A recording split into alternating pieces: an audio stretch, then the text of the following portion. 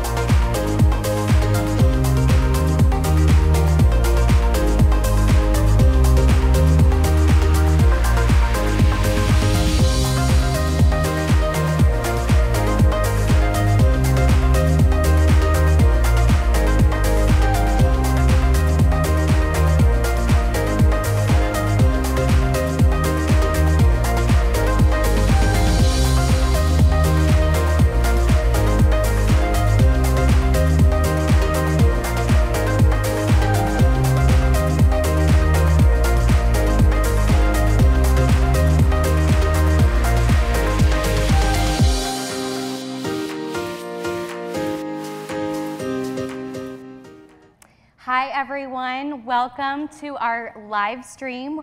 We are coming at you live from Grace Hopper as well as to you at home. We have a group of fabulous women. I'm so excited to be here. We are going to be opening up the questions to you as the audience. So as you have questions, if you can just come up to the mics over here. And then for you guys at home, post your questions in the chat so that we can answer your questions. I am Christina Harmon. I am one of our Campus Talent Acquisition Partners, and I will pass it over to my wonderful panelists to introduce themselves. Perfect, thanks Christina. My name is Vanessa Hercules. I am the hiring manager for the IBM Summit Sales Program, which I'm here today to speak about the technical seller track. I have been with IBM for 6 years and graduated from the University of Houston. Hi everyone, my name is Nakia Lee. I am a talent acquisition partner and diversity hiring lead for our early professional hires. I also support IBM Services, which is our consulting arm of the business. I graduated from Howard University, and I've been with IBM for a little under 2 years. My name is Teresa Mamarella. I'm a software developer on OpenJ9, which is IBM's open source Java SDK under hybrid cloud. I graduated from the University of British Columbia in 2017, and I've been working for IBM for a year and 3 months. And I was also an intern before that, part of the Extreme Blue program. My name is Kelly Churchill. I've been at IBM a little over 3 years. I'm currently a development manager for a team of developers on our design core team.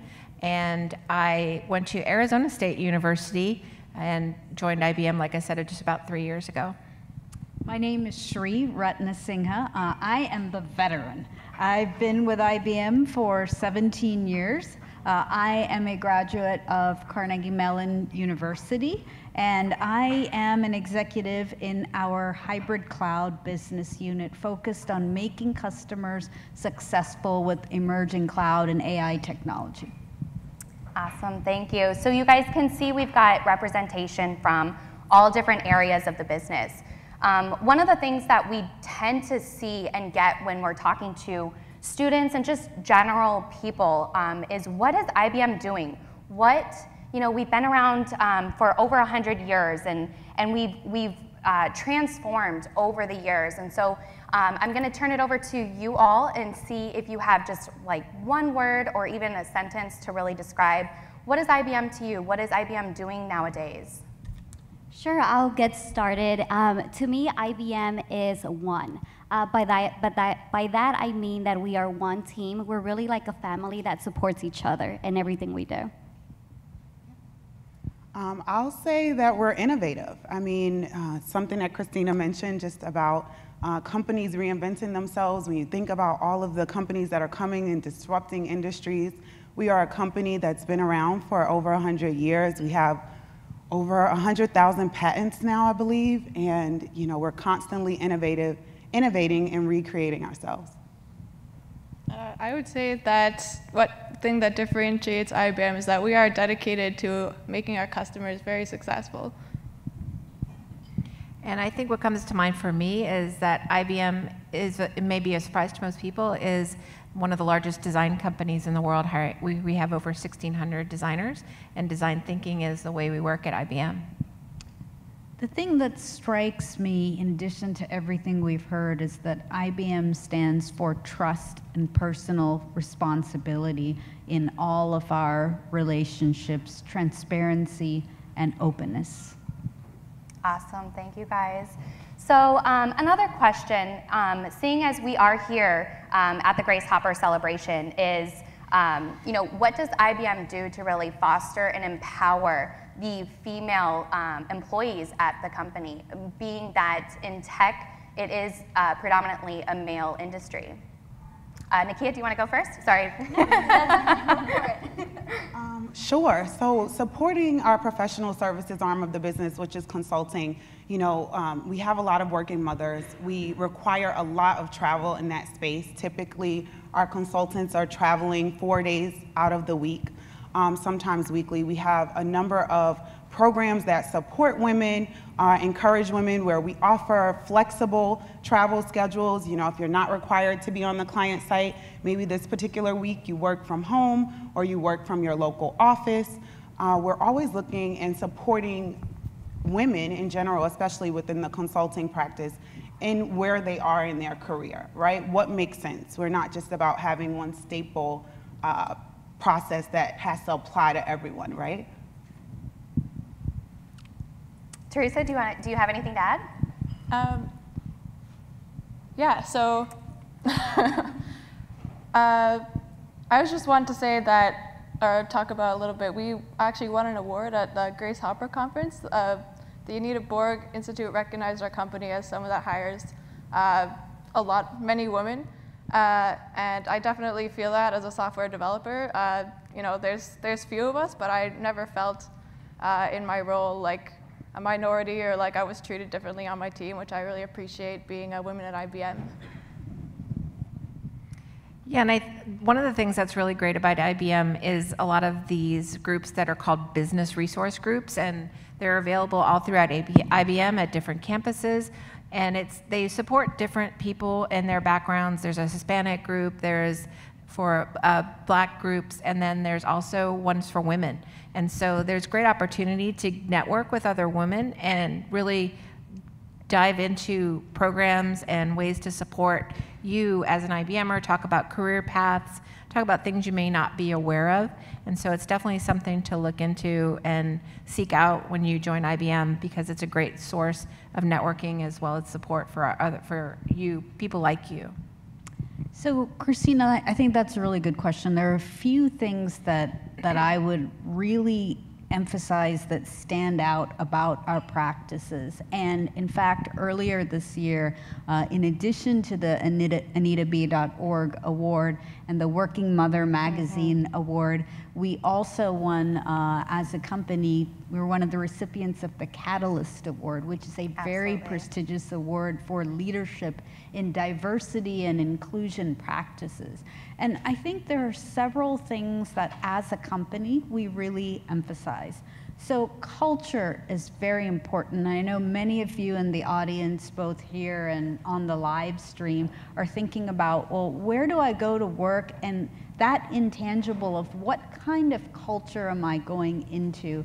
And we really focus systemically on creating a culture that values your authenticity, your uniqueness, so that you can bring your whole self to the workplace, however that diversity and authenticity manifests itself, so that you can be yourself. That's one thing.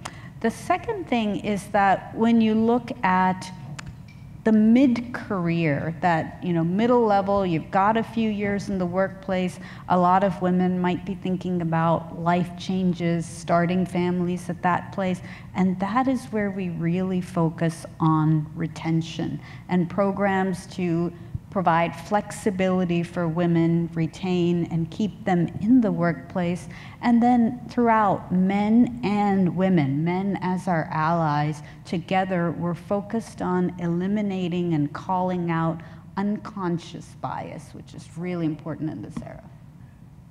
And to jump on board on what you just said, we recently change the maternity leave policy for a lot of our mothers from 14 weeks to 20 weeks of paid maternity leave. We also have lactation services. So for those mothers that are always on the road, you can pump and overnight your milk to your child the next day. So it's like services like that that really provide, that comfort and allow mothers to feel that they are still in their part of their child's daily life. Absolutely. And I know, Kelly, you touched on the diversity component. That is something that we really pride ourselves in, is taking care of our employees and having different resources and areas to go to, because no one person is going to be identical to any other person. And being a company where we have hundreds of thousands of employees globally, there's just so many opportunity for you to reach out and find someone to connect with and really kind of foster that relationship with. And then Nakia, you mentioned it too. I know we have won the Women's Award for one of the best tech companies for working mothers, now for I think running 13 years now. 33 years in a row. So it's something that we continue to engage with and make sure that we are taking care of our employees across the board. So great, thank you all. You guys here in the audience are here looking for a job or an internship, or asking those questions. What can I do? What can I do to make myself more marketable? I'll turn it over to our panelists. What are you specifically looking for when you are interviewing and screening different candidates for your particular areas? I know, being that you each sit in different areas of the business, your application process is going to be a little bit different across the board. So I'll turn it over. Teresa, you want to start it off for us? Sure. So in the software development track for full-time hires, starts out as a general process. So when you apply, you're invited to take a HackerRank assessment to analyze your coding skills. After that, you hopefully will be invited to some in-person interviews that are specific to the roles that you're interested in. Things that we're looking for on applications are, of course, personal projects showing that you're interested in things that are outside of school, because we want people that are innovative and passionate about what they do. Also looking for, if you're looking for full-time roles, previous experience is beneficial. If you have internships to put on your resume, that's good too. Finally, it's nice to see people that are passionate about IBM technology as well. So if you have a personal project, maybe you've used Watson API in a hackathon, hosted a project on IBM Cloud. That's something that we're always, is always nice to see as well. Go IBM. Yep. And to add to that, I mean, one of the things is you can go and familiarize yourself with many of the development kits and libraries that are available. If you go to developer.ibm.com or just choose IBM, Google IBM developer, you will get access to a ton of resources, and you can explore, use Watson APIs to very quickly build applications. Absolutely. On the Hub is also a great resource that students aren't aware. With a student email address, you get free access to a lot of different IBM technologies. I think, Nakia, were you going to say something? Yeah, absolutely. So with consulting, you know, our entry-level opportunity, I think a lot of the questions that I get is, I don't have a consulting background, I have no consulting experience. And we're not looking for a consulting experience, right? We're looking for people who think differently. We're looking for, you know, candidates who want to learn and solve today's challenges, right, that are faced, that our top 100, Fortune 100 and Fortune 500 companies are faced with. So we're really looking for individuals who like to problem solve, who have, you know, have the ability to learn and adapt and challenge the status quo, right? Not kind of walk in and be afraid to speak up. The opportunity does allow for, I think, at the entry level, for you to come in and really work across many different industries as you learn and figure out what your specialty is, what industries you are actually interested in. And typically, our process includes a virtual assessment where you answer a few behavioral questions. Then you're invited in for an in-person interview where you come in, you get to network with a lot of our colleagues, our business professionals, and then interview in person with senior level practitioners. Thanks. Vanessa? Yep, and for the technical seller track, we're looking for candidates that are passionate about merging their technical expertise and want to be client-facing as well. In terms of, you know, degree types that we look for, we look at a variety of degree types because we do place our candidates across all IBM solutions. So, you know, we provide you with the training to ensure that you become an expert in your solution and also provide you the education to improve your business acumen. The process is a 3-stage process. You do a virtual assessment, you will then do a phone interview, and then we invite you to a hiring event. Awesome. Kelly?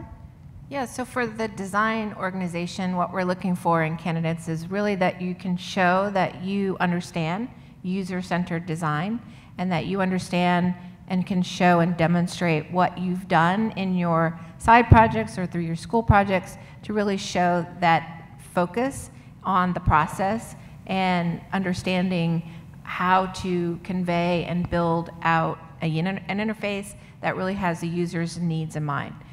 And there's really no specific degree that's looked for with these roles. We have about 4 different disciplines we hire through design. So there's visual design, there's user researcher, there's user experience designer, and then there's also front-end developer. So there's going to have a variety of different ways you can be qualified for and also get into those roles. So there's really no one formula required.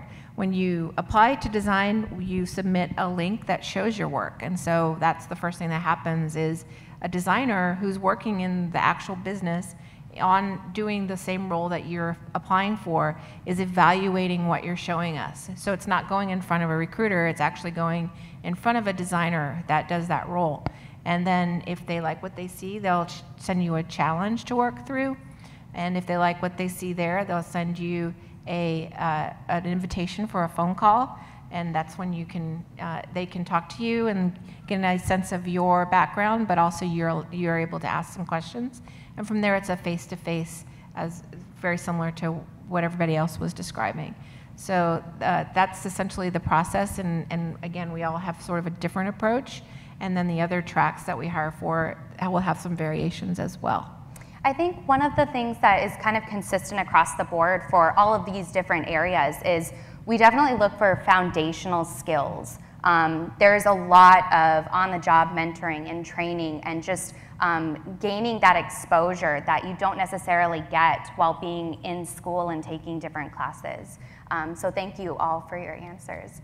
I am going to open it up to the audience. If you do have a question, if you can come up, any brave souls out there. I know we're getting a lot of questions.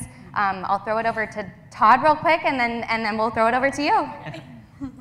Yes, I actually had a question from the live audience, Priscilla, that kind of goes what you guys were talking about.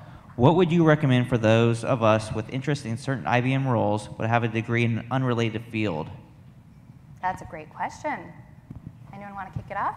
Yeah, I think that the degree is important, but we don't often simply require a specific degree for a specific role.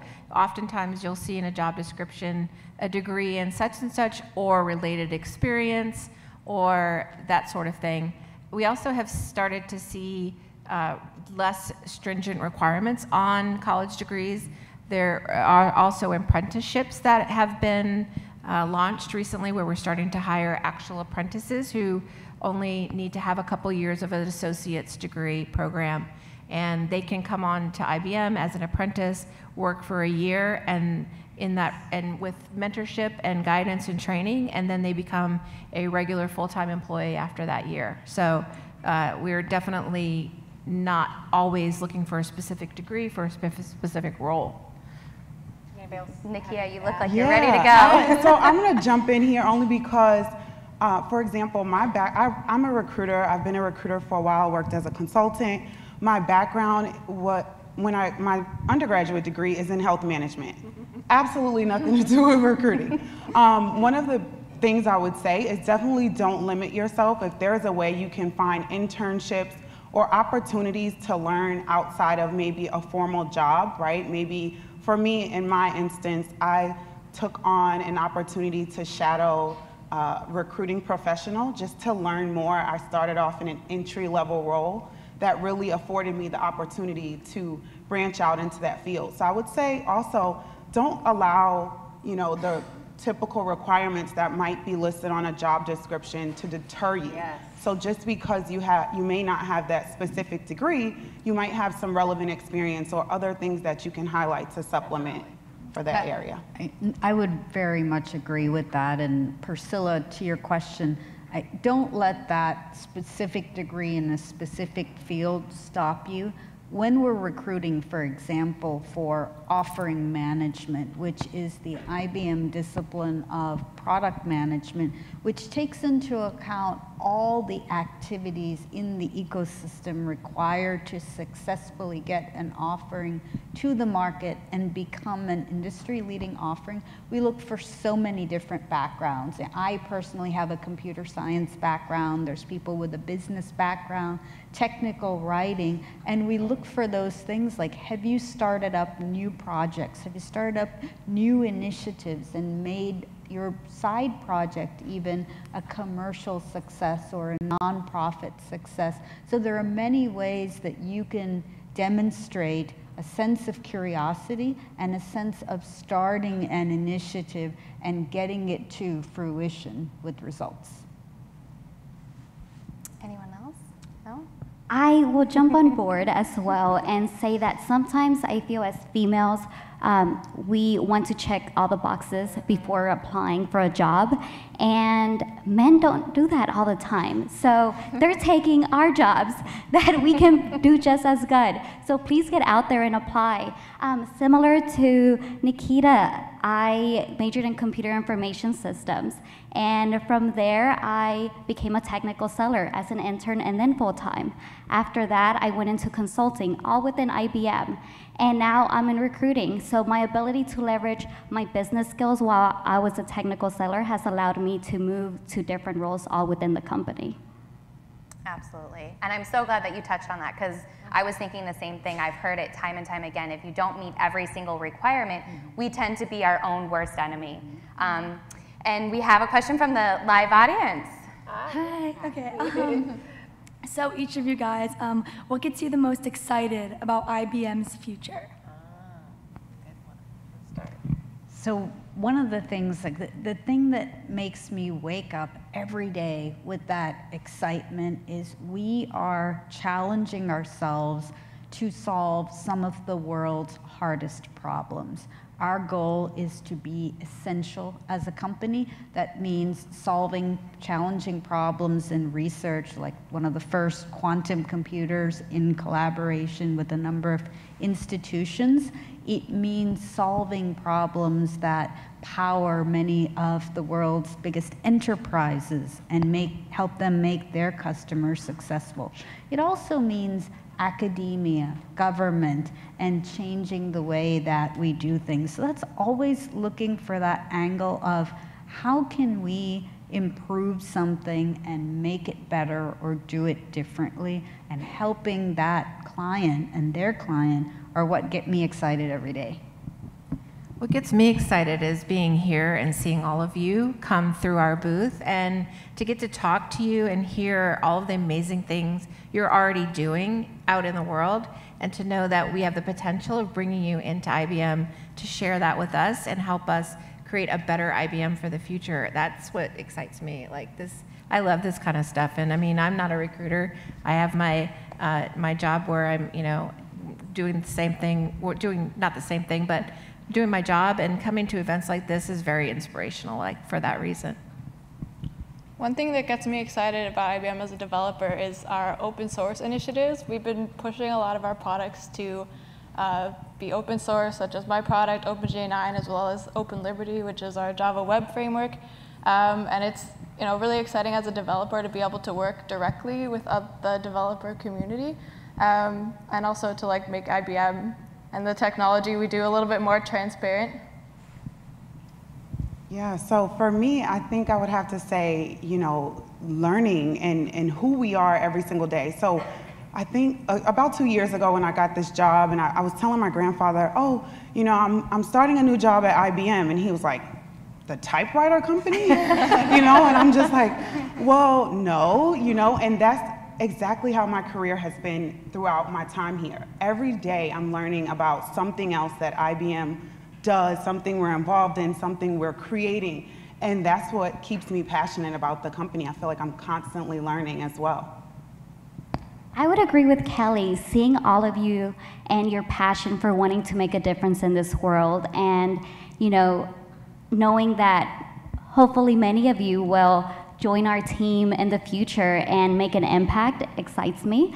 Coming from a technical seller background and having worked with clients in the past, I'm also get excited when I go to a store and I'm like, hey, I know the team or the people that worked on that solution, whether it's from an analytics standpoint and I'm getting coupons in the email or mail for certain items that I purchase. I know that we're impacting every industry. Absolutely. And Nikki, I love the reference to your grandpa because it's so true. And that's the whole point of wanting to understand what you guys all think of when you hear IBM, because we have transformed across these over 100 years that we've been around. I'm going to throw it out to the audience again. Anyone brave enough to come up here and ask a question? Otherwise, we'll throw it to the live audience. Yes, Sarah wanted to know, do you believe there's sufficient room for personal development at IBM? Great question. There is. Every IBMer is required to take a minimum of 40 hours of education per year. So that can be online education in classroom settings. So the opportunity to grow is there. It's really what you make of it. I will add to that, to Sarah's question. As I mentioned, I've been with the company for 17 years. I started to count over the course of those 17 years. I have been in 14 different jobs and roles. That's awesome. So it is, when you join this company, it is not about the job that you start in. Certainly that is a very critical point to establish your contribution, establish your brand, build valuable skills, and gain technical experience. But it's about that as a springboard, because we continuously reinvent ourselves as a company, as Nikia was talking about. We also reinvent ourselves individually. That means challenging ourselves to take on new roles. I have moved, as a personal example, from starting out as a core Java software developer to a teacher, to a trainer, training other people, running technical sales teams, running conferences, and now in a role in offering management for emerging technology. And all of that is because we have a culture of continuously fostering innovation and personal innovation and encouraging that growth and rotation as well. And I think that also makes me think about, you often hear about the corporate ladder, right? And you want your career to grow in a corporate ladder. Well, at IBM, it doesn't necessarily go that way. You have opportunities to grow your career in different directions, and you have opportunities to grow your skills in other areas. And as you advance in your career at IBM, what we're looking for in our employees is that ability to show breadth of experience in different areas, so that you can become a more holistic and you understand more of what IBM is doing, and that gives you that much broader perspective. It makes you a much more valuable person and leader at IBM as you grow in your career. As a new hire, I've been really impressed with the amount that IBM invests in the career development of people who have been here for such a short time. So we have kind of career growth through different aspects of what it's like for developers throughout the first 2 years at your career. So most recently, I've gotten the opportunity to learn about patenting, and at IBM, patenting is really important to us because for the past 25 years, we've had submitted and had gotten through the most patents of any company.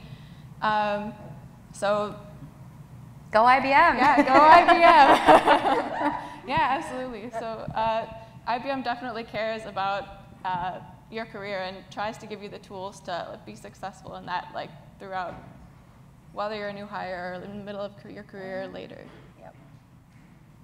Nikia, anything else you want to add? Thing I would add, because obviously I echo all of these sentiments here, but I think part of professional development, a lot of the ownership is also on you, right? So taking ownership of your career and where you want it to go, and aligning yourself with folks that, and being very vocal about what you see for yourself. And I think one of the things for me that I see at IBM is support. If you do say to someone, I'm interested in this, or I'm interested in learning more about this, people are willing to help you and connect you with the right folks to make sure that you're, gaining that additional knowledge and experience you're looking for. Yeah, I would, just to echo and add, we do have so many different resources internally for our IBM'ers to take advantage of so that they can continue to foster their skill sets. And I know we've talked about it with the transformation. You kind of need to continue to do that in order to continue to stay marketable. And we have a question from the live audience. Go ahead and introduce yourself. So you mentioned that you get 40 hours of a minimum to be able to do development, or like professional or personal development. So what are examples that you guys have done in the past year, couple years, to spend those 40 hours? I mean, I can answer the question. As an IBM'er, attending a conference like this is professional development. Going to the sessions and speakers, that counts as professional development. I know there's lots of opportunity, again, just to continue to stay marketable. I've taken a lot of courses online and attended other conferences. Any of you ladies? For example, in the talent acquisition space, I know we're required to take a ton of trainings that just help us do our jobs better, right? To grow and evolve and make sure that we're addressing the questions and things that candidates want to learn.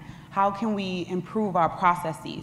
So, and a lot of those things are virtual. We're able to do them on the go. I mean, we have a training that we're doing right now, and we can actually, I can log on my phone and take some of, like, maybe 20 minutes of the training on a bus, or, while I'm riding in a car. So, you know, it's very flexible. There's tons of options depending on what you're focused on. Work-life balance.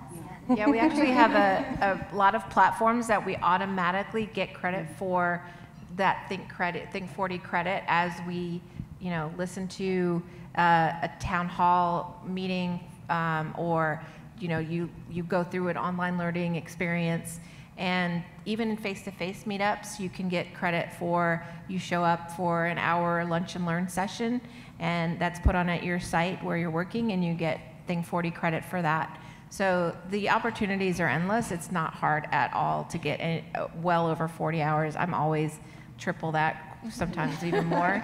And it's cool. It's cool to see that number too, because you're like, wow, I learned a lot this year.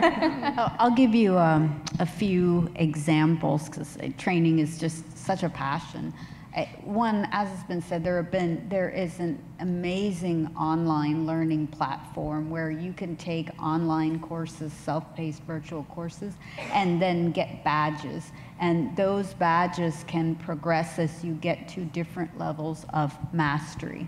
So for example, we are training a lot of people right now in the notion of application modernization.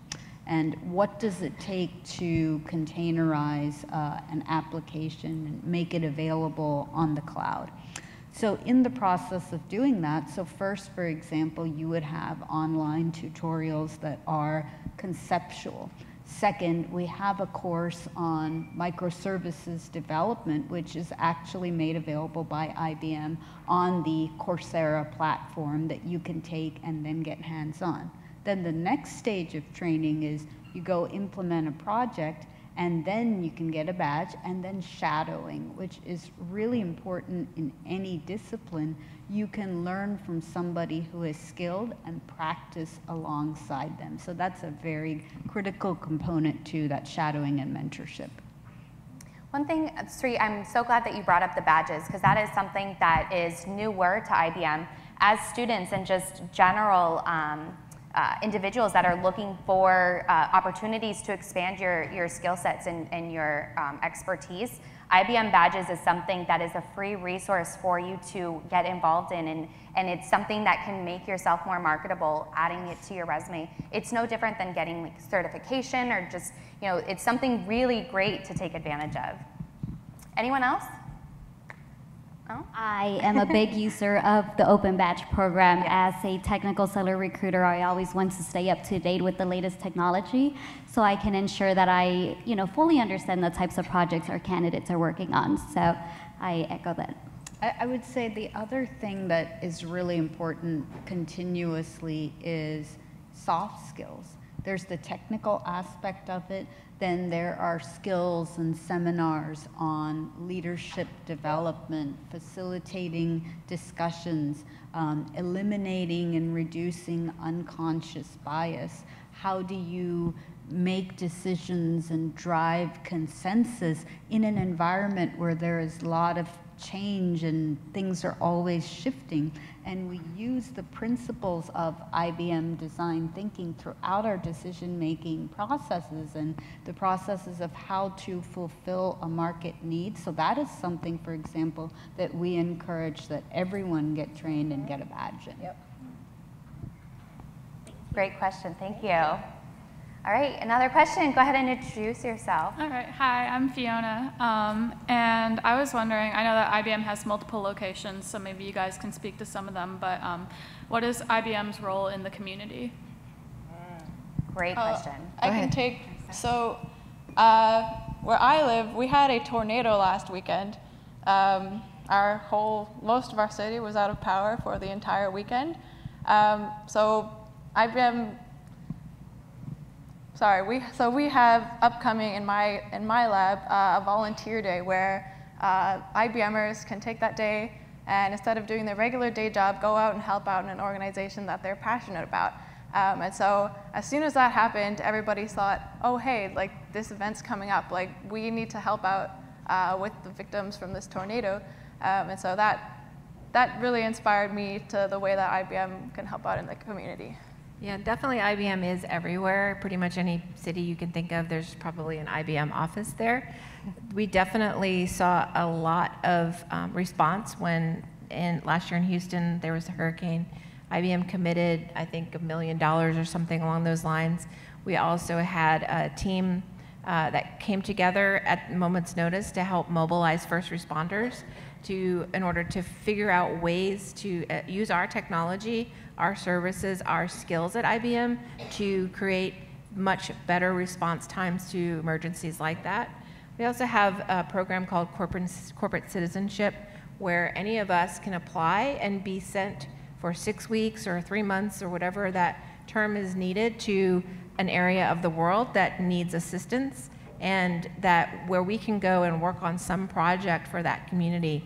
And that's a really amazing thing that we offer and do. And everyone I've ever spoken to who's been through that program can't say enough great things about it. So I don't know, maybe somebody here has been through it or can speak to that as well.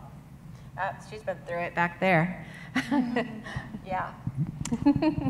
I think there's some excellent points in that. And the other aspect to that is we have, I believe, a responsibility, an obligation, in fact, to help the next generation of women. Those, rising through middle and high school, rising through colleges. So we often run at many of our sites and locations STEM camps, where we go into middle schools, high schools, and it sounds like some of you are nodding your heads, you might have been a part of that, and get them excited about careers in technology and do various types of mentoring. And then we have this notion of an on-demand community. So in addition to set activities, like right now I'm in North Carolina and we're organizing volunteer days for Hurricane Florence, on-demand communities can come together and recruit like-minded individuals to participate in volunteer activities in the community. So there's a lot of ways to participate, and it's a big focus of what we do, and I think it's just in our DNA. The on-demand community, I'm really glad that you brought that up. I was going to bring it up as well. It's even if you're not working in a location where there are a lot of other IBM'ers, there's this resource that you can tap into and get a feel for all the different volunteering activities that are available in that particular community. Another thing that IBM is involved in is Call for Code, and this is a 5-year initiative where this year we are focusing on natural disaster recovery, which is huge just because we've seen so many natural disasters over the past couple of months, over the past year. So something that we are very passionate about and working with nonprofit organizations to truly do work that matters today. So another question. Yes, go ahead and introduce yourself. Hi, I'm Bhavya, and thank you so much for inviting me for this event. I had a question in the same regard. So somehow I need tips for all of us whose resume couldn't stand out through the process of resume screening, but I met with a lot of IBM women at the booth, and they enjoyed talking to me, and I loved talking to them, and got this invite for this event. So what are your tips for people whose resume maybe is not standing out, but they are good at talking and explaining through their experiences? Anyone want to kick it off? So I'd say, the ability to speak to people and to engage in that manner is a strong attribute, right? Your resume may not be the absolute best, or it may not stand out as much as you want it to, but one thing I would say is definitely do research. One thing that I used to do, or I looked at profiles of individuals that kind of reflect the career path that I want to take, and I try to see, what type of language are they using in their resumes or in their profiles, or to highlight some of the skills. What types of titles or jobs do they have that resonate as well? I think, there's all types of resume workshops and content available online that you can look into and research and try to figure out, ways to improve what you have. But I think the fact that you even asked the question, right, is you being self-aware and saying, hey, I want to figure out how to be better. And that's always the attitude to have no matter what, right? I think the other critical point, we talked about how a lot of the technology, whether for developers, data scientists, and various roles, is available as free trials online. So you can go experiment, build some applications, and then share your feedback back with us. We are really focused on improving our offerings and improving our solutions through feedback. So that could be a great way where you could get engaged with IBM, start using our platform and our services, and provide direct feedback and get involved. Absolutely. It's a two-way street. We want to help you, and we want you to help us. Yeah. We have another question if you want to go ahead and introduce yourself. I'm really short. Hi, my name's Sophia. Thank you guys so much for inviting me as well. You guys all talk about how proud you guys are of this company, and it seems like you guys really, really love, and you keep bringing back up this idea of support. So I figured that I would ask a little more specific questions, like about support and creating like diverse and inclusive spaces for people of color and people who are disabled and LGBT, and sort of finding the intersection of that and creating those open and inclusive spaces. And I was just kind of wondering what experiences IBM has, whether you guys have examples of like how you're being more inclusive in that respect and all of that. Yeah, so obviously our logo right now, this is an official logo. It's not something that we've just riffed off of and printed. It's definitely an IBM corporate. We're behind the diversity of this logo. We also have been fighting for the bathroom bills in various states, most recently in Texas, fighting against the discrimination of the bathroom bills. And we also, as far as accessibility, we have a corporate instruction that everything we do must be accessible for IBM employees as well as anything we release externally. We hired the first, our first disabled worker back in the early 1900s, and so we are very much a company that values and enforces and does not tolerate any sort of discrimination or mistreatment or intolerance. So that's one of the greatest things honestly about IBM is that sentiment. Yeah. I think one of the other things, Sophia, is that we have a lot of diversity networking groups, both in locations physically and virtually. And the thing about these is this allows people from a particular community, like say the LGBT community, the Black community, Hispanic community, to connect with others, both allies as well as people who are specifically part of that diversity networking group. And it gives you a comfort zone, much like we feel this comfort zone here at Grace Hopper with so many women of so many different backgrounds. You get into that comfort zone, and number one, it gives the opportunity to advocate for things that are needed. Number two, to come together on important initiatives, and it really provides that opportunity for networking and challenging anything that you feel is out of place or needs to be addressed together. Absolutely. We hope that us being here and celebrating with Grace Hopper kind of shows that we truly value our employees. We empower women, not just women, but all different diversity backgrounds. And one thing, if you go back and look at us historically through the years, we are one of the leading edge companies that has always been in front of all the other companies that embrace different ethnicities and backgrounds and whatnot. Anyone else have anything else to add? All right. Oh, we'll go over here. Go ahead and introduce yourself.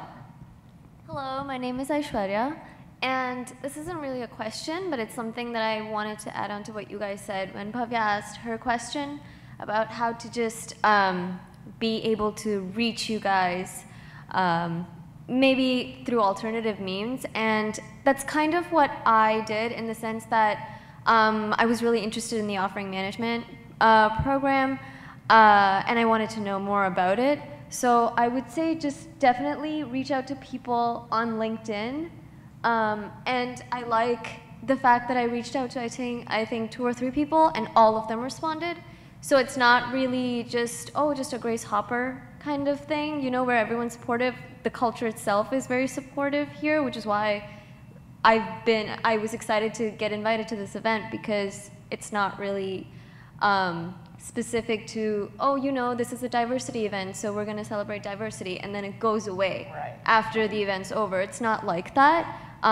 Everyone that I've met at IBM, even before, I mean, virtually met at IBM, even before I came to the conference, have been very supportive, very helpful. And if they understand that you have the skills to do what you want to do, and if you can demonstrate that to them, that's good enough, I feel like, to help you get started with whatever interview process you want. So.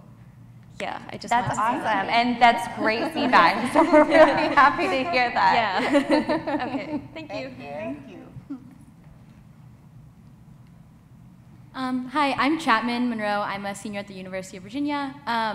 This is kind of changing gears a little bit, maybe a bit strange question, but if tomorrow you woke up and it was like a post-apocalyptic world, which IBM innovation would you hope had like survived the apocalypse? Oh my gosh, that's a good question. Wow. So can we get 5 minutes? There's no come back to you? No zombies. I don't like zombies, so no zombies. Anyone have anything? You've stumped us all. IBM Watson for oncology. Yep. Yeah. There might not be doctors around, so that could be very helpful. We need some help for.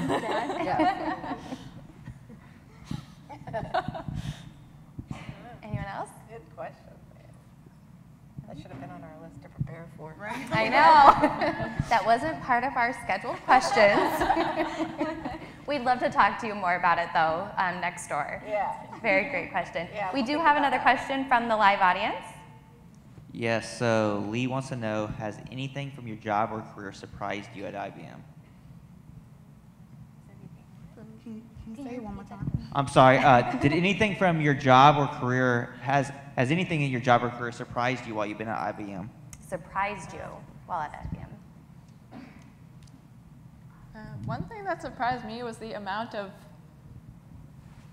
not coding that I do. So I do a lot of coding in my job, obviously, as a software developer, but I've gotten a lot of opportunities to do other things that I'm interested in as well. The managers are really supportive of you kind of like shaping your own career to what you, how you want it balanced. So I do a lot of like low-level coding, but I also get the opportunities to, you know, go to conferences such as this one and speak to a lot of people, which I really enjoy that balance. Write blog posts and things like that. So I don't know, career development, I guess I've done outside of just like sitting down and coding all day has been really valuable to me. I think one thing that's sort of surprised me is we talk about our patents, we've talked about it a couple times, but we're also very supportive and very much a promoter of open source as well. So we do a lot of open source work and we have a lot of open source projects, and it's not necessarily just about patents, it's also about that as well. So I think that's something that surprised me, because I thought, oh, IBM is all about its patents because we have so many. But there's so many other sides to IBM that also exists. Something that surprised me and continues to surprise me is the level of partnership that we have with many other companies that you might not even expect. Apple. Yes, so for example, we have partnerships with Apple, we have partnerships with Red Hat, with many of the world's leading technology vendors who put solutions on our platform. We build solutions on our platform. We strive for interoperability. So over the course of time, you can get involved in some amazing partnerships, business discussions, technical integrations.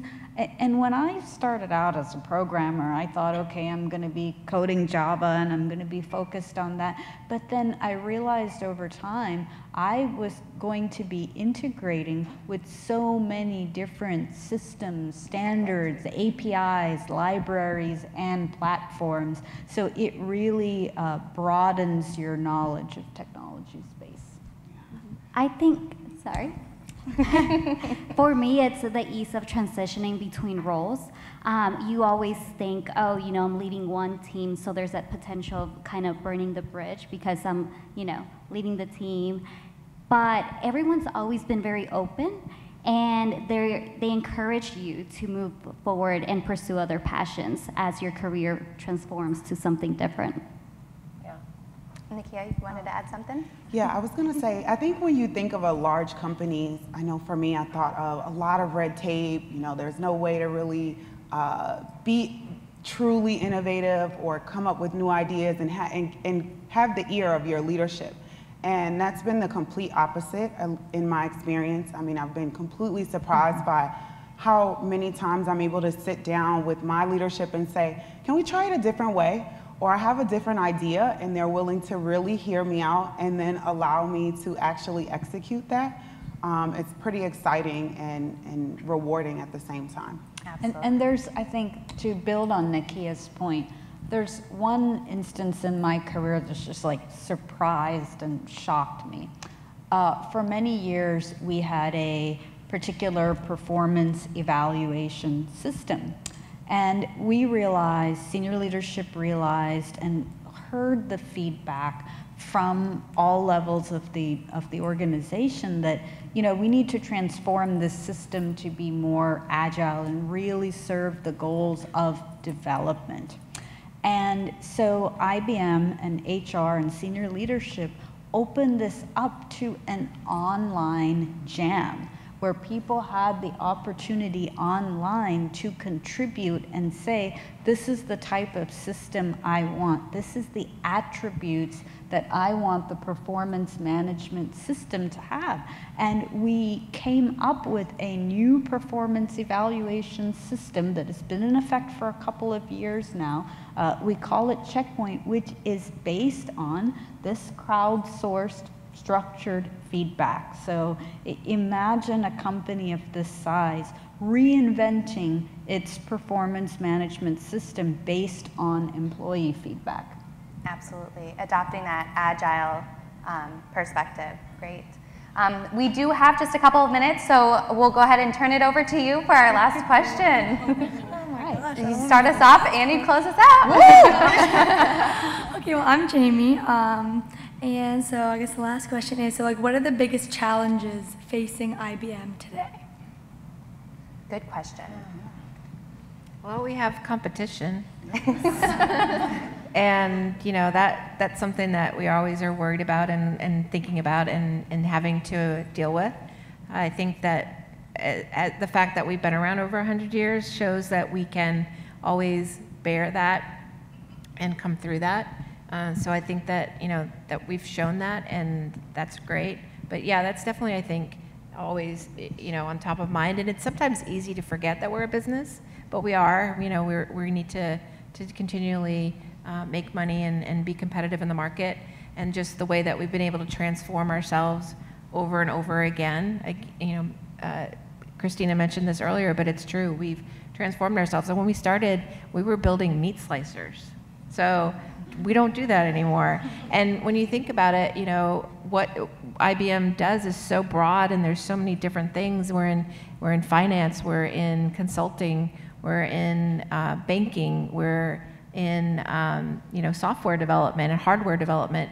All of those things we have people doing at IBM right now. So it's just so many things that you don't realize until you really investigate the company and its history and understand what it really brings to the table. Is pretty amazing, yeah. I think that's an awesome way for us to really close. You know, in order for you to understand everything that we are invested in and involved in from just a broader perspective, we have so many different opportunities for you to engage with us. Social media is a huge platform. We are constantly sharing and posting new things that IBM is involved in. It's a great resource, especially looking to get into the company to understand what we're doing in the market and what we're involved in. And I just want to thank all of you, our panelists. You guys are great. I do want to, let's give them a round of applause. I want to thank also you all for attending.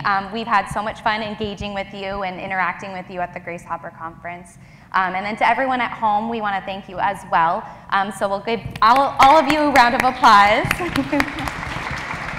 And finally, just to close, I do want to not only thank everyone, but also continue the messaging and continue to follow and engage with us. We are going to be back at the conference again tomorrow. We've got lots of different great things to talk about and share about. And you can follow us at home as well as here with the hashtag IBM at GHC. And I just want to say thank you and good night.